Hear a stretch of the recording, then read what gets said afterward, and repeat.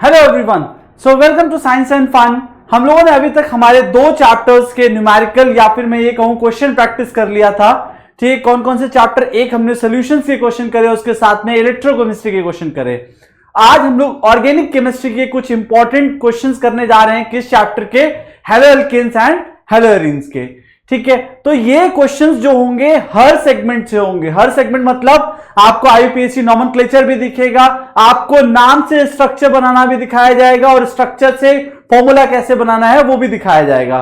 ठीक है, इसके साथ ही साथ हम लोग पढ़ेंगे केमिकल रिएक्शंस, कुछ कन्वर्जन्स जो इंपॉर्टेंट होते हैं और कुछ रीजनिंग बेस्ड क्वेश्चंस। यानी कि इस छोटे से वीडियो में हम लोगों ने क्या करा है, सब कुछ कवर करा हुआ है। ठीक है, तो चलिए स्टार्ट करते हैं हम लोग हमारा फर्स्ट क्वेश्चन से। तो हमारा फर्स्ट क्वेश्चन क्या है? Right the structure of the following compound. देखो, अब structure of the following compound का मतलब है आपका आईयूपीएससी नोमेनक्लेचर से क्वेश्चन है। वैसे नॉर्मली क्या होगा, आपको फॉर्मूला दे दिया जाएगा और उससे क्या पूछा जाएगा, आपसे नाम पूछा जाएगा, आईयूपीएससी नोमेनक्लेचर पूछा जाएगा।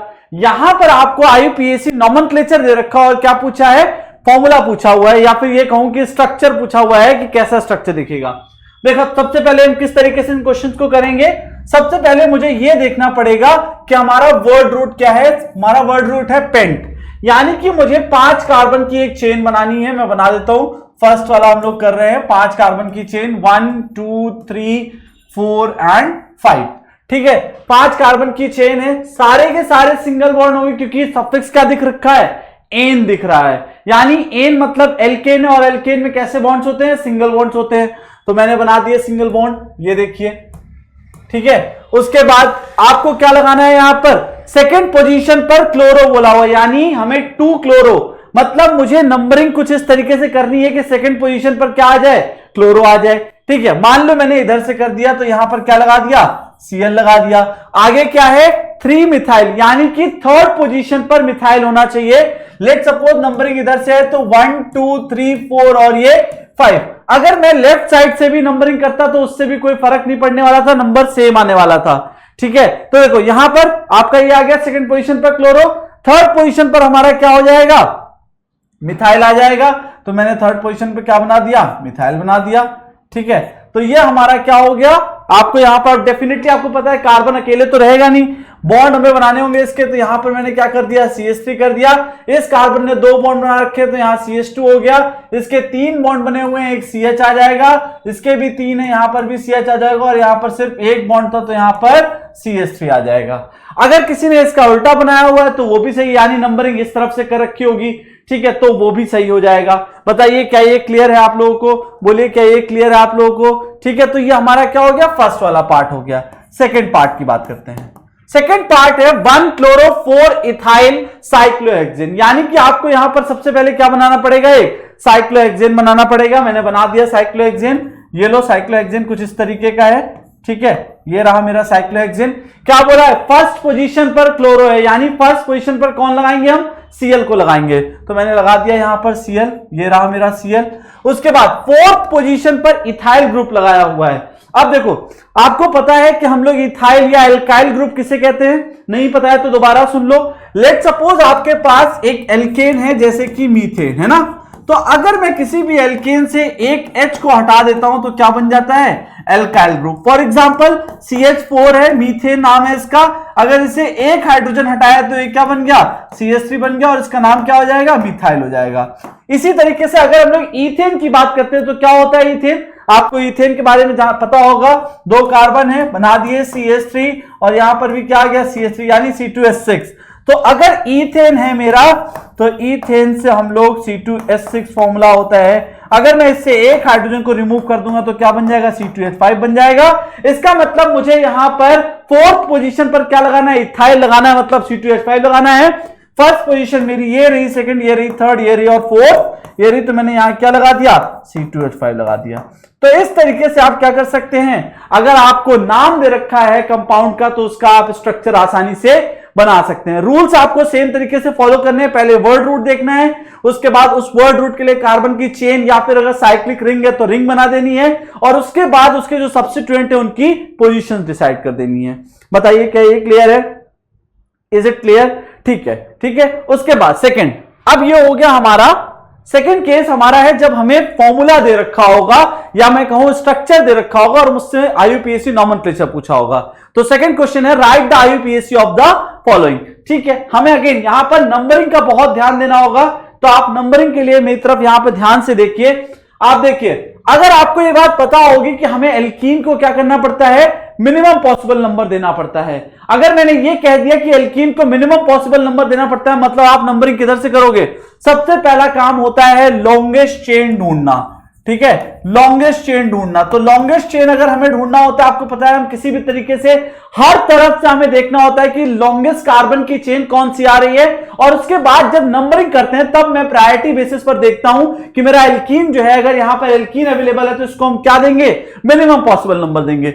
अगर मुझे लॉन्गेस्ट चेन देखनी है तो एक ये कार्बन रहा, एक ये रहा, ये रहा, ये और ये, यानी कि 5 कार्बन की एक चेन ये रही, और दूसरी आपकी जितनी भी हैं ये सब कितनी है, स्मॉल चेन है। फॉर एग्जांपल 1 2 3 4 है ना, तो ये आपकी क्या हो गई, लॉन्गेस्ट चेन हो गई।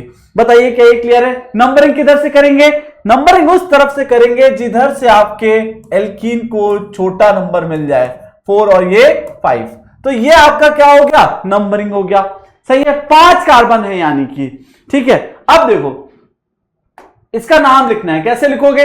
आपको दिख रहा है कि 4th पोजीशन पर क्या है, आपका एक सब्स्टिट्यूट लगा हुआ है ब्रोमीन। ठीक है, तो उसका नाम क्या हो जाएगा, 4 ब्रोमो। सही है, आपको 4 ब्रोमो यहां लिखना है। उसके बाद आपका 5 कार्बन की चेन है, 5 कार्बन के लिए वर्ड रूट क्या होता है, पेंट होता है, तो 5 कार्बन के लिए pent, 4 bromo pent. Second position पर क्या है, डबल बॉन्ड है, तो 4 ब्रोमो पेंट 2 इन। ठीक है, तो 4 ब्रोमो पेंट 2 इन, इसका क्या हो गया, आईयूपीएसी नॉमेनक्लेचर हो गया। बताइए क्या ये क्लियर है? बताइए क्या ये क्लियर है? तो इस तरीके से आप इस तरीके के कंपाउंड का नाम लिख सकते हैं। सेकंड क्वेश्चन, अब देखो सेकंड क्वेश्चन में भी मुझे अगेन वही काम करना है, सबसे पहले लॉन्गेस्ट चेन ढूंढनी है। ठीक है, अगर आप लॉन्गेस्ट चेन ढूंढिए, यहां पर आपके हिसाब से क्या इसका नाम होना चाहिए, आप लोग इसका आंसर कमेंट सेक्शन में बताइए कि इसके अकॉर्डिंग इसका नाम क्या होना चाहिए। अगर मैं आपकी थोड़ी सी हेल्प करना चाहूं तो मैं कैसे करूंगा, मैं कुछ इस तरीके से आपको एक छोटा सा हिंट दे रहा हूं कि 1 2 3 और 4, इस तरीके से मैंने आपको एक छोटी सी हिंट दे दी। अब आप लोग इसका आंसर या इसका जो आईयूपीएसी नेम है वो मुझे कमेंट सेक्शन में बताइए कि इसका आईयूपीएसी नॉमेनक्लेचर क्या होने वाला है। ठीक है, तो ये आपका आईयूपीएसी नॉमेनक्लेचर इसका क्या होगा, इसको कमेंट सेक्शन में आप बताइए, बताइए इसका क्या होगा नाम। और मैंने आपको एक हिंट दे दिया है, नंबरिंग करके दिखा दिया है। अगर नंबरिंग में आपको कुछ और पॉसिबिलिटी लगती है तो आप वो भी करके देख लीजिए और सही आंसर बताइए कमेंट सेक्शन में कि इस गिवन कंपाउंड का क्या नाम रहने वाला है। ठीक है, नेक्स्ट चलते हैं।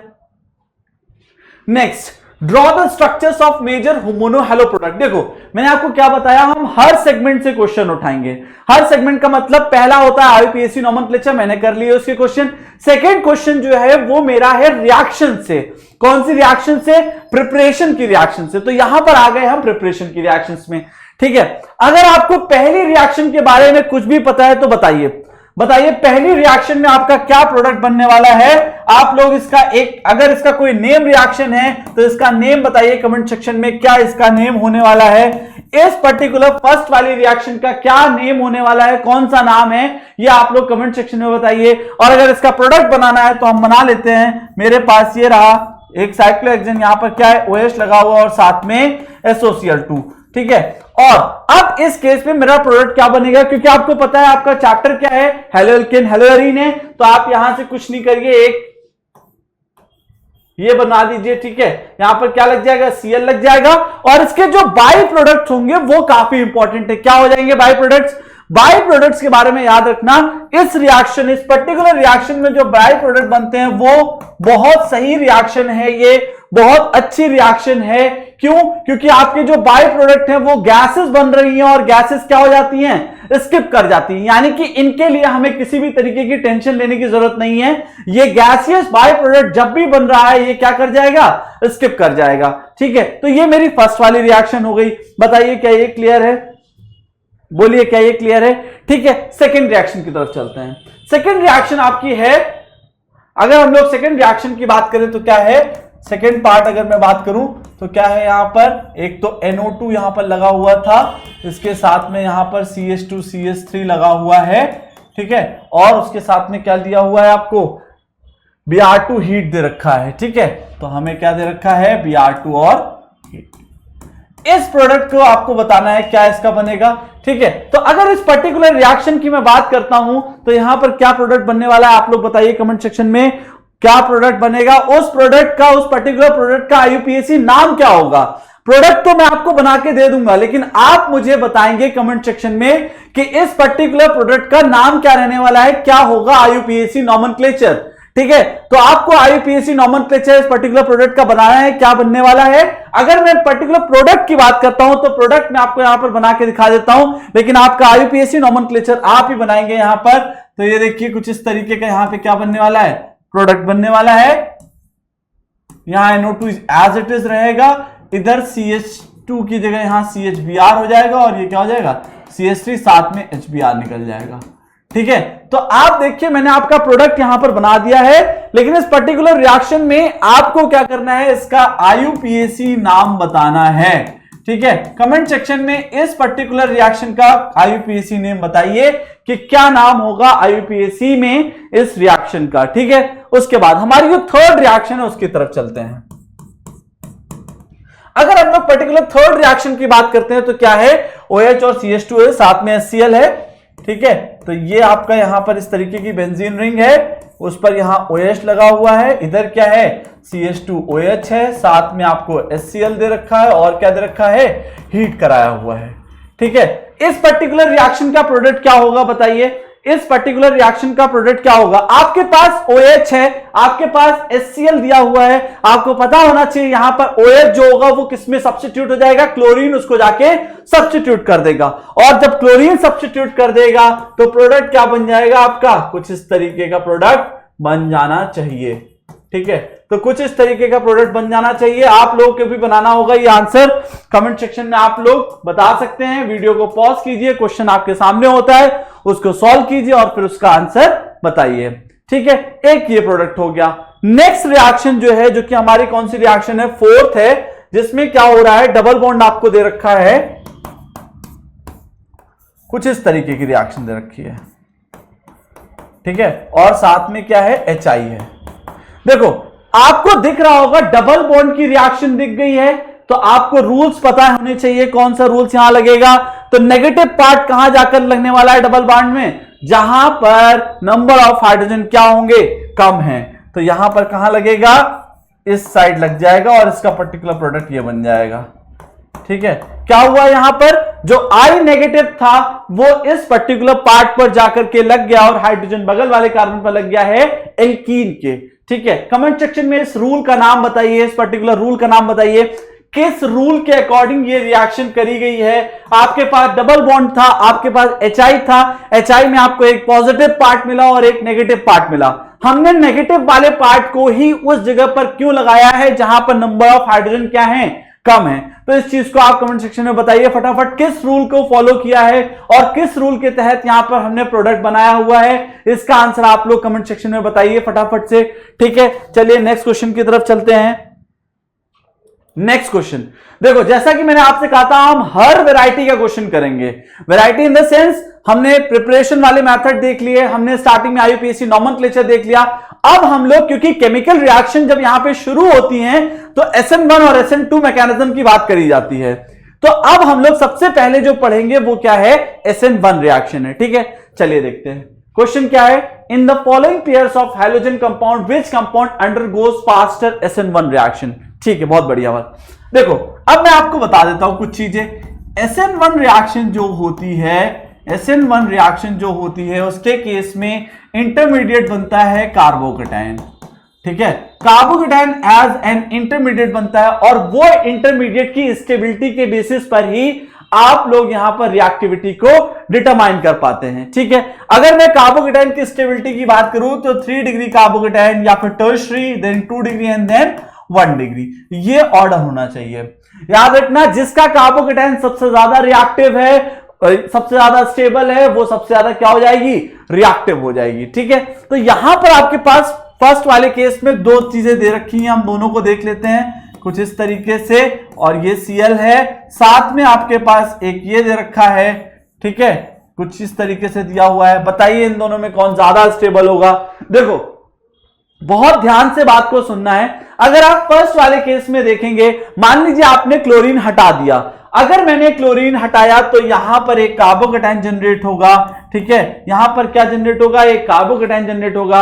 आप लोग बताइए कौन सा कार्बोकेटाइन जनरेट होने वाला है। अगर आप देखिए तो मान लीजिए कुछ इस तरीके का कार्बोकेटाइन बना है, तो ये कार्बन जो है वो 3 अलग कार्बन से जुड़ा हुआ है, तो ये कौन सा कार्बोकेटाइन हुआ, 3 डिग्री कार्बोकेटाइन, या फिर मैं ये बोलूं कि ये टर्शरी कार्बोकेटाइन है, तो ये टर्शरी कार्बोकेटाइन है। और इस केस में अगर हम लोग बात करते हैं तब जब बनता है तब क्या होगा, कुछ इस तरीके की बात आएगी, यहां पर पॉजिटिव चार्ज, ये सेकेंडरी या फिर 2 डिग्री कार्बोकेटाइन है। टर्शरी कार्बोकेटाइन ज्यादा स्टेबल होता है इंटरमीडिएट में देन सेकेंडरी कार्बोकेटाइन, तो रिएक्टिव कौन सा होगा, जो ज्यादा स्टेबल है वो ज्यादा रिएक्टिव हो जाएगा, यानी कि आपका इस केस में इसकी रिएक्टिविटी ज्यादा हो जानी चाहिए। ठीक है, बताइए क्या ये क्लियर है, क्या आप लोगों को ये बात क्लियर है, क्या आप लोगों को ये बात समझ में आई। उसके बाद सेकेंड पार्ट, ठीक है, अगर हम लोग सेकेंड पार्ट की बात करते हैं, अगेन यहां पर भी हमें क्या चेक करना होगा, अगेन कार्बोकेटाइन की स्टेबिलिटी ही चेक करनी है, कुछ अलग नहीं करना है हमें। ठीक है, मान लीजिए आप लोग कमेंट सेक्शन में बताइए कौन ज्यादा स्टेबल कौन ज्यादा रिएक्टिव रहने वाला है। अगर मैं इसकी बात करता हूं इस वाले केस में, तो यहां पर मान लीजिए आपका कार्बोकेटाइन बनेगा कुछ इस तरीके से, ठीक है, कुछ इस तरीके से। तो ये कौन सा कार्बोकेटाइन है आप बताइए, ये मेरे हिसाब से 2 डिग्री कार्बोकेटाइन है। और इस वाले केस में जब हम बात करेंगे तो कुछ इस तरीके से बनने वाला है, और ये कार्बोकेटाइन बनेगा तो ये कितना हो जाएगा, ये Cl आपका चला गया है तो ये बॉन्ड हट जाएगा यहां से, और यहां कार्बोकेटाइन बनेगा तो ये 1 डिग्री कार्बोकेटाइन है, यानी कि 2 डिग्री कार्बोकेटाइन इस केस में भी ज्यादा स्टेबल होगा 1 डिग्री वाले से। आप लोग कमेंट सेक्शन में बताइए आपके पास 2 चीजें हैं, ए और बी, इन दोनों में से ज्यादा रिएक्टिव कौन सा होगा। स्टेबिलिटी के बारे में मैंने आपको बता दिया है, अगर आप क्लोरीन को हटाएंगे तो कार्बोकेटाइन का जनरेशन होगा, क्योंकि SN1 रिएक्शन हो रही है, और SN1 रिएक्शन में इंटरमीडिएट जो बनता है वो कौन सा है, कार्बोकेटाइन है। क्या SN2 रिएक्शन में भी कोई इंटरमीडिएट बनता है, बिल्कुल नहीं बनता है। आपको पता है 1 स्टेप रिएक्शन है, आपका न्यूक्लियोफाइल आता है, अटैक करता है और लीविंग ग्रुप बाहर निकल जाता है साथ ही साथ, तो वहां पर क्या होता है, वो आपकी SN2 मैकेनिज्म है। SN1 मैकेनिज्म में क्या होता है, इंटरमीडिएट बनता है, और वो इंटरमीडिएट क्या होता है, कार्बोकेटाइन होता है। उस कार्बोकेटाइन की स्टेबिलिटी आप कैसे चेक करते हैं, आपको पता होना चाहिए। हम कैसे चेक करा करते थे, हाइपर कॉन्जुगेशन के बेसिस पर चेक करते थे कि मान लीजिए अगर 3, या मैं ये बोलूं कि लेट सपोज किसी केस में तो जितना ज्यादा हमारा कार्बोकेटाइन स्टेबल होगा उस केस में हमारी स्टेबिलिटी उतनी ज्यादा होगी, टर्शरी ज्यादा, क्योंकि number of alpha hydrogen check करते थे हम लोग, है ना। ये आप लोग पहले सारी चीजें पढ़ चुके हैं जीओसी में। ठीक है, चलिए आगे चलते हैं, नेक्स्ट क्वेश्चन की तरफ चलते हैं। ठीक है, सेकेंड क्वेश्चन जो है वो है हमारा SN2 रिएक्शन से। ठीक है, तो हर वैरायटी का क्वेश्चन हम लोग करने वाले हैं, हर वैरायटी का क्वेश्चन करने वाले हैं इस क्लास में। ठीक है, तो क्वेश्चन क्या है, which compound in each of the following pairs will react faster in the SN2 reaction with OH। Second question हमारा कह रहा है आपको SN2 रिएक्शन के बारे में देखना है। ठीक है, SN2 रिएक्शन के बारे में देखना है। मैंने आपको बताया SN2 रिएक्शन कैसे होती है, क्या कोई इंटरमीडिएट है, कोई इंटरमीडिएट नहीं है। ठीक है, यानी कि हम कैसे करते हैं, आपका न्यूक्लियोफाइल अटैक करता है और लीविंग ग्रुप बाहर निकल जाता है, ये इसकी फिलॉसफी है। ठीक है, अगर हम लोग बात करें तो लेट सपोज मेरे पास अगर मैं R वाले ग्रुप ले लेता हूं, RF, RCl, RBr और RI, आपके पास कुछ इस तरीके की अगर कंडीशन बन जाती है तो आप रिएक्टिविटी इसमें कैसे दिखाते हैं, सबसे ज्यादा रिएक्टिव आपका आयोडीन वाला, देन ये। क्यों, क्योंकि आपका आयोडीन का साइज बढ़ता जाता है और आयोडीन के साइज बढ़ने की वजह से ही यहां पर आपको प्रॉब्लम होती है। ठीक है, तो रिएक्टिविटी किसके, क्योंकि आयोडीन का साइज बड़ा है, बहुत अच्छा बॉन्ड नहीं बन पाएगा।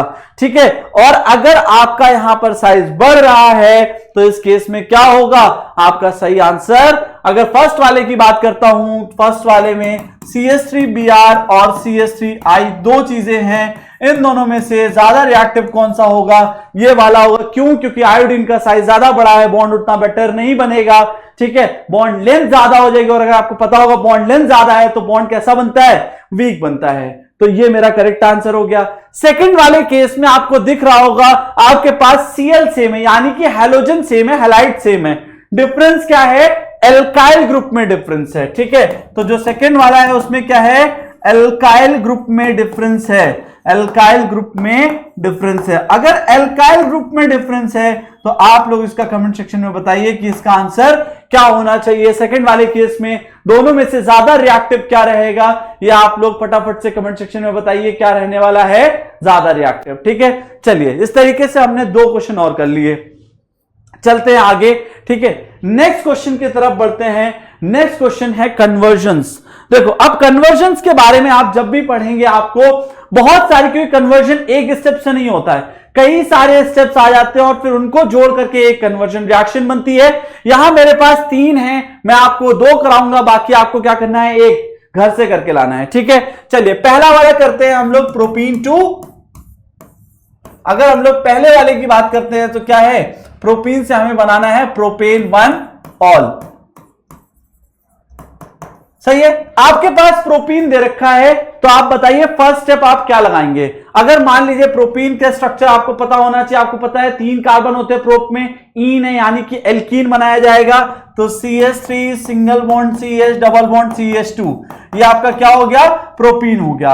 इस प्रोपीन में आप क्या डालेंगे, सबसे पहले HBr डालेंगे, और HBr डालने के साथ ही यहां पर हमें क्योंकि क्या करना है, पेरोक्साइड लेना पड़ेगा, और पेरोक्साइड लेते ही यहां पर एंटी मार्कोनी-काव रूल लग जाएगा, एंटी मार्कोनी-काव रूल लग जाएगा। और जो क्या होता है, मार्कोनी-काव का जस्ट अपोजिट होता है, तो यहां पर क्या होगा, जो नेगेटिव पार्ट है वो कहां लगेगा, जहां नंबर ऑफ हाइड्रोजन क्या रहने वाले, ज्यादा रहने वाले हैं। तो मान लीजिए अगर मुझे यहां पर प्रोडक्ट बनाना है, तो CH3 single bond CH2 single bond CH3 single bond CH2 Br, तो ये बन जाएगा। ठीक है, बताइए क्या ये क्लियर है, बताइए क्या ये क्लियर है। तो इस तरीके से हमारा ये पहला प्रोडक्ट बन गया, क्या बना, 1 ब्रोमो प्रोपेन बन चुका है। ठीक है, तो क्या बन चुका है, 1 ब्रोमो प्रोपेन बन गया है। आपसे प्रोडक्ट में क्या मांगा हुआ है, अल्कोहल मांगा हुआ है, आपको क्या मिला है अभी, हेलो एल्केन मिला हुआ है। तो अगर मान लो आपने यहां पर एक्वस KOH डाल दिया, एक्वस KOH डाल दिया, तो क्या होगा, यहां पर एक न्यूक्लियोफिलिक सब्स्टिट्यूशन रिएक्शन होगी, और उस न्यूक्लियोफिलिक सब्स्टिट्यूशन रिएक्शन की वजह से क्या होगा, आपका Br सब्स्टिट्यूट हो जाएगा, और आपका प्रोडक्ट क्या हो जाएगा, रेडी हो जाएगा। ठीक है, तो हमारा क्या प्रोडक्ट हो जाएगा, CH3 सिंगल बॉन्ड CH2, और यहां पर सिंगल बॉन्ड CH2, और ये OH बन जाएगा। बताइए क्या ये आपका बन गया है प्रोडक्ट, क्या ये बन गया है प्रोडक्ट, बिल्कुल बन गया है। तो आंसर क्या हो जाएगा, प्रोपेन 1 ऑल बन जाएगा। ठीक है, तो आपका आंसर हो जाएगा प्रोपेन 1 ऑल। ठीक है, ये हमारा फर्स्ट वाला हो गया। बताइए क्या ये आपका क्लियर है, क्या ये आपका क्लियर है, क्या इस तरीके से हम लोग बना सकते हैं। तो देखिए आपको याद रखना पड़ेगा, कन्वर्जन्स की सबसे बड़ी बात ही यही है कि आपको प्रोडक्ट याद रखने पड़ते हैं कि किस तरीके से बनेंगे। ठीक है, हम लोग सेकंड वाला क्वेश्चन आपके लिए है, आप इसको कमेंट सेक्शन में बताइएगा कि इसका आंसर क्या आने वाला है, आप किन स्टेप्स के थ्रू जाकर के इस कन्वर्जन को कन्वर्ट करेंगे। आपके पास अल्कोहल है, आपको एल्काइन में कन्वर्ट करना है, तो आप किस तरीके से इसको कन्वर्ट करने वाले हैं, आप लोग बताइए कमेंट सेक्शन में। हम लोग सेकंड क्वेश्चन को करने की, थर्ड क्वेश्चन को करने की कोशिश करते हैं। ठीक है, तो चलिए थर्ड क्वेश्चन हमारा देखते हैं क्या है। अगर मैं थर्ड पर्टिकुलर क्वेश्चन की बात करता हूं तो क्या है, 1 ब्रोमो प्रोपेन से 2 ब्रोमो प्रोपेन हमें बनाना है। ये भी कैसा है, कन्वर्जन का क्वेश्चन है, तो इसको भी हम लोग कर लेते हैं। क्या है आपका थर्ड वाला, 1 ब्रोमो प्रोपेन से बनाना है 2 ब्रोमो प्रोपेन। ठीक है, ये आपको क्या बनाना है, प्रोडक्ट बनाना है, 1 ब्रोमो प्रोपेन से 2 ब्रोमो प्रोपेन बनाना है। किस तरीके से कन्वर्जन करेंगे बताइए, सबसे पहले किस तरीके से कन्वर्जन करेंगे।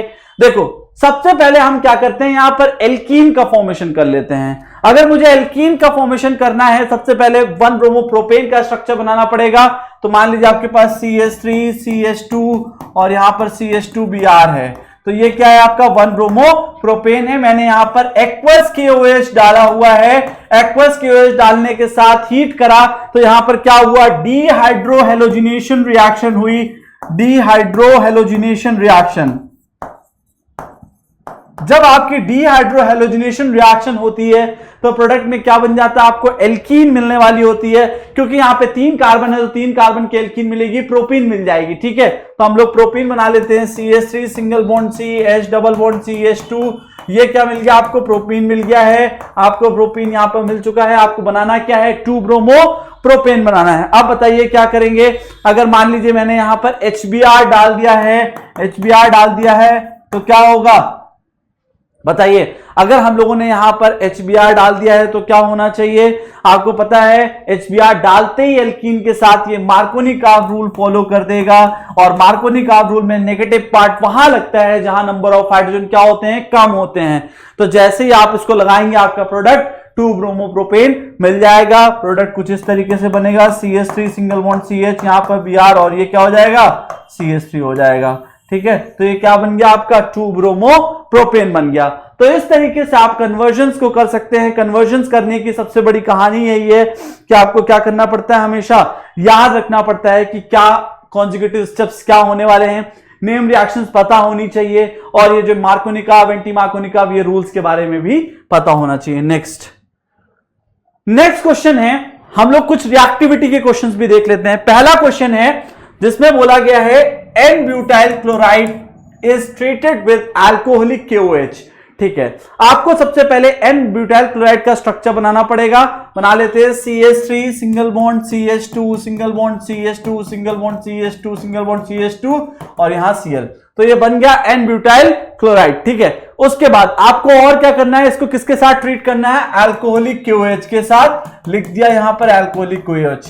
ठीक है, प्रोडक्ट क्या बनेगा आप लोग बताइए। अगेन ये अल्कोहलिक KOH लिख दिया, मतलब यहां पर कौन सी रिएक्शन होनी होगी, डिहाइड्रोहेलोजिनेशन रिएक्शन होनी है। और डिहाइड्रोहेलोजिनेशन रिएक्शन से अभी हम देख कर क्या है, कौन सा प्रोडक्ट बन रहा है, अभी हम देख कर क्या है, कौन सा प्रोडक्ट बन रहा है, एल्कीन बन रही है। तो आप यहां पे एल्कीन को बना देंगे, CH3 single bond CH2 single bond CH2, और यहां पर आपको पता है 4 कार्बन की चेन थी, तो आपको एल्कीन बनानी होगी, तो चौथा और लगा दीजिए, यहां CH2 लगा दीजिए।